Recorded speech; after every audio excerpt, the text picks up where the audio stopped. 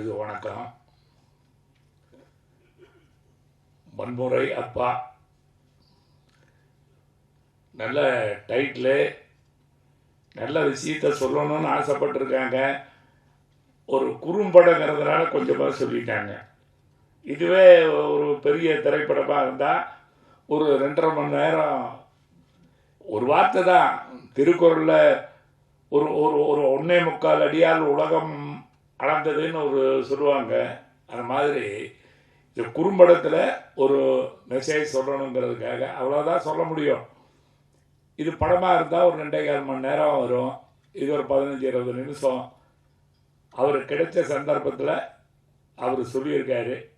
என்ன சொல்லணும்னு நினைக்கிறாரோ அது நினைக்கிற விஷயம் என்ன, ஒரே லைன் தான் கதை.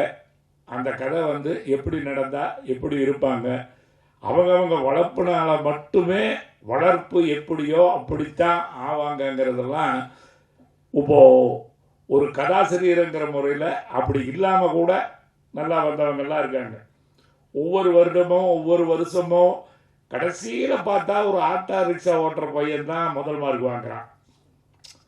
ஒரு வண்டி இருக்கிறவன் பையன்தான் முதல் மார்க் வாங்குறான்.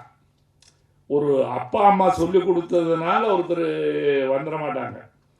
எனக்கெல்லாம் நான் 2வது படிக்கிறப்போ 2வது படிக்கும்போது எங்கள் அப்பா என்னை போட்டு அடிக்கிறாரு. எதுக்காடு வீட்டுக்காரர் ஒருத்தர் அடிக்கும்போது எப்படி இருந்தாலும் வன்முறை அப்பான்னு இதில் சொல்லி திருத்தரப்பாங்கிறது ஒன்று வேற. வாழ்க்கையில் நடந்தது என்ன அப்படின்னா, அதாவது இப்போ எனக்கு 75 வயசுன்னா நான் சொல்கிறது ஒரு 70 வருஷம் 69 வருஷத்துக்கு முன்னால் எங்கள் அப்பா என்னை போட்டு அடிக்கிறாரு. அப்போ 2வது படிக்கிறேன் நான். ஒரு வன்முறையை தூண்டக்கூடாதுன்னா எங்கள் அப்பா என்னை போட்டு அடிச்சிடக்கூடாது இல்லையா? ஆனால் அடித்தார். அது ஒரு வன்முறை. எதனால் அடிக்கிறீங்கன்னு எதுக்காக வீட்டுக்காரர் கேட்குறாரு. ஏங்க பையனை போட்டு இப்படி அடிக்கிறீங்க அப்படின்னா, இல்லைங்க போன மாதம் ஒரு புஸ்தகம் வாங்கி கொடுத்தேன், கிளாஸில் ஒரு பையன் திருடிட்டு போயிட்டான்னு வந்தான். 10 நாளைக்கு முன்னால் அதே புஸ்தகத்தை வாங்கி கொடுத்தேன், மறுபடியும் கிளாஸில் ஒரு பையன் திருடிட்டேன்ட்டு வந்தான். நேற்று அதே புஸ்தகத்தை வாங்கி கொடுத்த மறுபடியும் கிளாஸில் ஒரு பையன் திருடிட்டு போயிட்டான்ட்டு நிற்கிறான். அதனால தான் அடிக்கிறான்ட்டு மறுபடியும் போட்டு அடிக்கிறார். அப்புறம் மறுபடியும் அவர் தடுத்து கேட்குறாரு, ஏராமசாமி, எங்கள் அப்பா பேர் ராமசாமி, ஏராமசாமி, அவன் தான் கிளாஸில் ஒரு பையன் திருடிட்டு போயிட்டான்னு நிற்கிறான்ல, மறுபடியும் ஏன் அடிக்கிற அப்படின்னா. அதுக்கு எங்கள் அப்பா பதில் சொல்கிறாரு, இவன் கிளாஸில் அதே 2வது படிக்கிற பையன் தானே திருடிட்டு போனான், அவனுக்கு இருக்கிற அறிவு இவனுக்கு ஏன் இல்லை. வன்முறையை அகிம்சையில் சொல்கிற மாதிரி. அகிம்சை எப்படி நம்ம வரவேற்பு கொடுத்தோம், வன்முறைங்கிறது ஒரு இது. ஒரு நாடு சுதந்திரம் அடையணும்னா, ஒரு நாட்டை அடையணும்னா 1,00,000 பேர் சாவான், அந்த நாட்டில் 1,00,000 பேர் சாவான், இந்த நாட்டில் எத்தனையோ பேர் செத்து, அந்த மாதிரி ஒவ்வொரு நாடும் பறி கொடுத்து எல்லாம் இருக்கும்.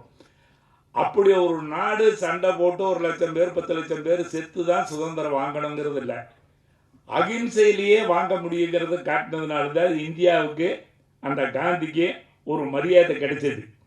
அந்த மாதிரி எங்கள் அப்பா செஞ்சதுனால என்ன அப்படின்னா, ஒருத்தன் பறி கொடுத்து நிற்கிறான், நான் 3 தடவை புத்தகத்தை பறி கொடுத்துட்டு நிற்கிறான்.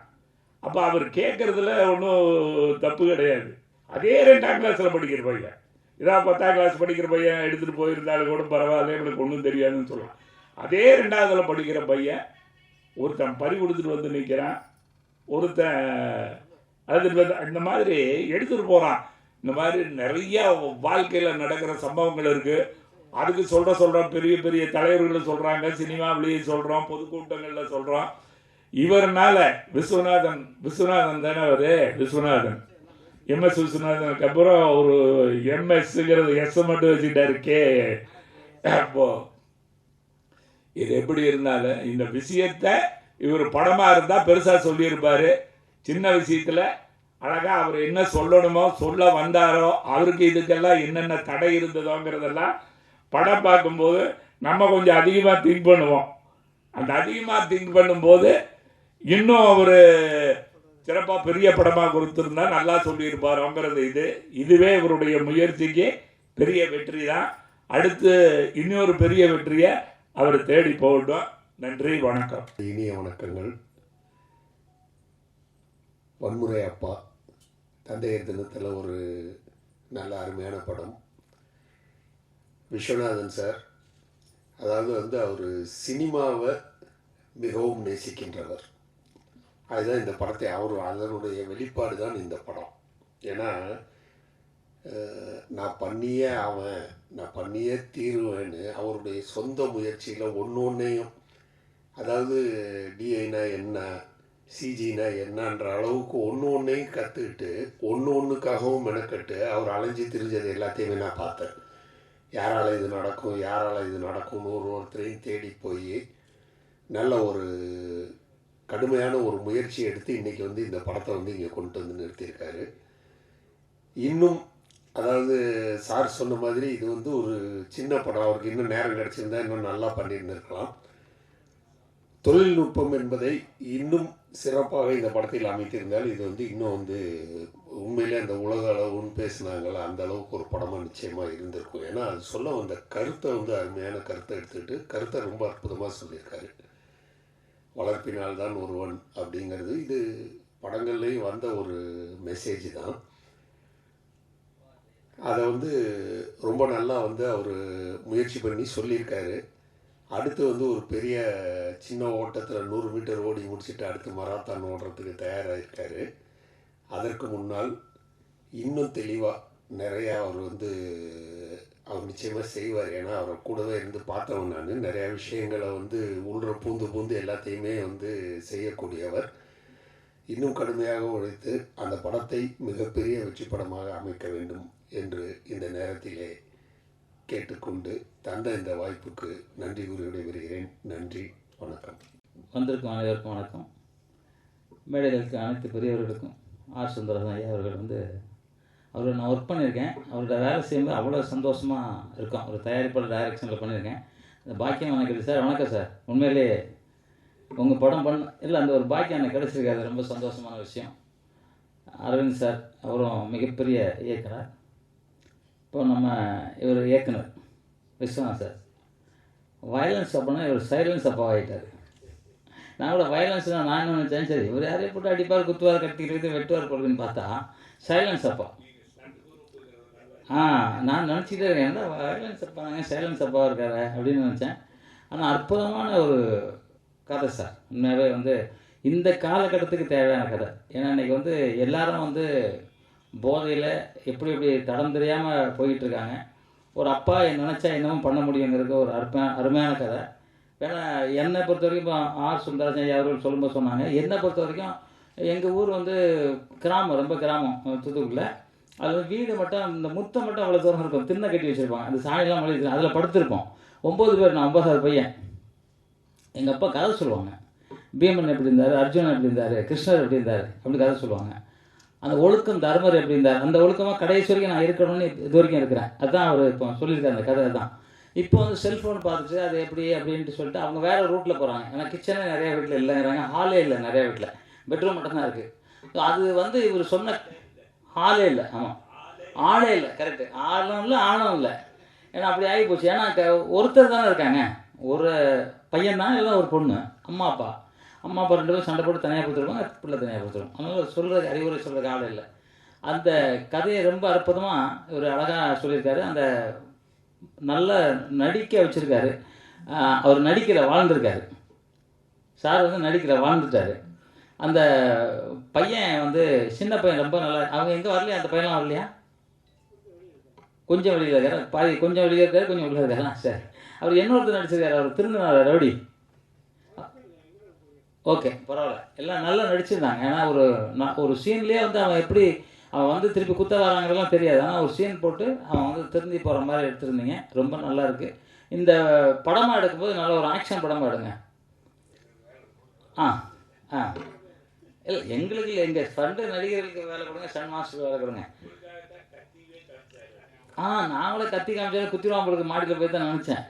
சரி, அதுதான் அவர் தான் சைலன்ஸ் அப்பா வச்ச சைலண்டாக பார்த்து. அந்த டிஎஸ்பி நீங்கள் தானே சார்? 2 double action. அதாங்க படத்தில் டபுள் ஆக்ஷன் வருது, அதை நம்ம போடவே இல்லையே. படத்தில் டபுள் ஆக்ஷன். உண்மையிலே ரொம்ப நல்லா பண்ணியிருந்திருக்காங்க. மியூசிக் டைரக்டர் நல்லா பண்ணியிருக்காரு, எடிட்டர் நல்லா பண்ணி, எல்லாமே நல்லா பண்ணியிருக்காங்க. அந்த அருள்மிகு நல்லாட்ட ஃபிலிம்ஸு அந்த இது போடுறீங்களா, அந்த குதிரை வந்து நிற்கிற சைன்லாம் ரொம்ப நல்லாயிருக்கு. பொதுவாக வந்து ரொம்ப அற்புதமான ஒரு படம் பண்ணியிருக்கீங்க சார். ஒரு குறும்படமாக இருந்தாலும் ரொம்ப அற்புதமான படம். மக்களுக்கு தேவையான அந்த கதையை நான் நினைக்கிறேன். இன்றைக்கி பார்த்துட்டு அப்பாவோட டே, இன்றைக்கி வந்து அம்மாவை சொல்கிறோட அப்பாவோட சொன்னால் நல்லாயிருக்கும். ஏன்னா அம்மா வந்து அம்மா இல்லாமல் எதுவுமே கிடையாது. ஆனால் அப்பா வந்து ஒவ்வொரு பிள்ளைங்களுக்கும் பின்னாடி தன் குழந்தை வளரணும், நல்லா இருக்கணும்னு கடைசி வரைக்கும் உழைச்சி அவர் தூங்குறாரோ தூங்கலையாப்பா தன் பிள்ளைங்களுக்கு மட்டும் நல்லது பண்ணணும்னு நினைக்கிற தந்தையர் தினம் இன்னைக்கு. உண்மையிலே தந்தையர் தினம் எங்கேயோ இருப்பாங்க, ஒரு கைத்தறி தரலாம் தந்தையர்களுக்காக. ஏன்னா அப்படி ஒரு அப்பா உலகத்திலே வந்து தான் செத்து போனாலும் சரி என் புள்ள நல்லா இருக்கணும், தான் படிக்கலனாலும் சரி என் புள்ள நல்லா படிக்கணும், நம்ம கஷ்டப்பட்டாலும் சரி என் புள்ள நிம்மதியாக இருக்கணும், நம்ம கிழிஞ்சு போன ட்ரெஸ் போட்டாலும் சரி என் குழந்தை நல்ல ட்ரெஸ்ஸில் இருக்கணும் அப்படின்னு நினைக்கிற ஒரே தந்தை. அழ தெரியாது, பின்னாடி நின்று அழ தெரியும். ஆனால் அந்த தந்தையை நீங்கள் எல்லாரும் மதிக்கணும். இந்த தந்தை ஃபாதர்ஸ் டேக்கு எனக்கு இந்த குறும்படத்தை இங்கே ரிலீஸ் பண்ணியிருக்கிறது விஸ்வநாத் சார், உங்களுக்கு ஒரு கைத்தறி சார். உண்மையிலே அற்புதமாக பண்ணியிருக்கீங்க. ரொம்ப வாழ்த்துக்கள். அனைவருக்கும் வாழ்த்து சொல்கிறேன்.